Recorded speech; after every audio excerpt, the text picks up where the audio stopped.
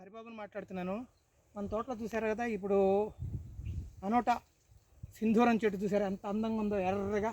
ఇది వచ్చింది, మిగతా చెట్టు అన్నీ లేతగా ఉన్నాయి. చూడండి ఎంత అందంగా వచ్చిందో ఈ చెట్టు. ఇది ఫస్ట్ పెట్టిన మదర్ ప్లాంట్ అనమాట. దీని ఇత్తనమే తీసి ఇది వచ్చేసింది దరిదాపు ఇంకొక 10-15 రోజులు వచ్చేస్తుంది. ఎంత అందంగా ఉందో చూడండి, వండర్ఫుల్, అసలు ఎంత వండర్ఫుల్. చూడండి ఎంత బాగుంది, చూడండి భలే అందంగా ఉంది. చూడండి అది, చూడండి ఎంత అందంగా ఉందో. దీంట్లో ఉన్న గింజలు గోగు గింజల్లాగా ఉంటాయండి. ఈ గోగు గింజలు తీసి దాంటించే సింధూరం న్యాచురల్ కలర్ తీస్తారు. న్యాచురల్ కలర్ అనమాట అది. చాలా భలే మంచిదన్నమాట అది. మన ఆంజనేయ స్వామి గుళ్ళో బొట్లు పెడతారు కదా, అదనమాట. మిఠాయిల్లోనూ వాటిల్లో వాడతారు, కెమికల్స్లో వాడతారు. ఇప్పుడు మీరు మిఠాయిల్లో వాడేది, ఆ బొట్టు పెట్టుకునేది అంతా ఆర్టిఫిషియల్ అండి. అది అంత కెమికల్ అనమాట అది. అది వాడకూడదు. ఈ న్యాచురల్ కలరే వాడుకోవాలా. చూడండి ఎంత అందంగా ఉందో, రెడ్డిష్గా వండర్ఫుల్గా వచ్చిందండి. చూడండి వండర్ఫుల్ అనమాట. చూడండి మళ్ళీ ఈ పక్క వచ్చేసరికి సపోటా చూడండి ఎంత బాగుందో.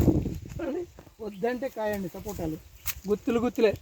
చూడండి దగ్గర చూడండి ఎంత బాగుందో. ఇంకొంచెం టైట్ చేయము, ఎంత బాగుందో చూడండి. చూడండి ఎంత అందంగా ఉందో చూడండి. చూడండి ఎంత కాయనండి. చూడండి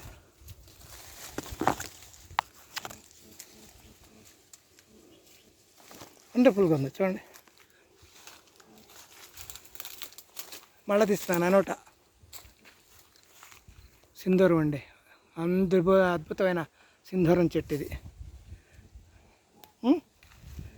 ఎంత అందంగా ఉంటుందనండి ఇది. బాగా ఇంకా రెడ్డిష్ రాలేదు, ఇంకా వస్తుంది.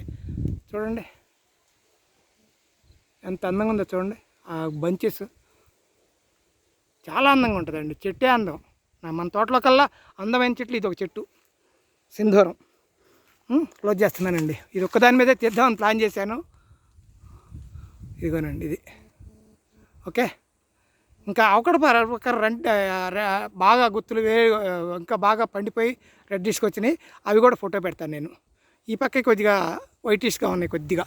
ఓకే, థ్యాంక్ యూ అండి.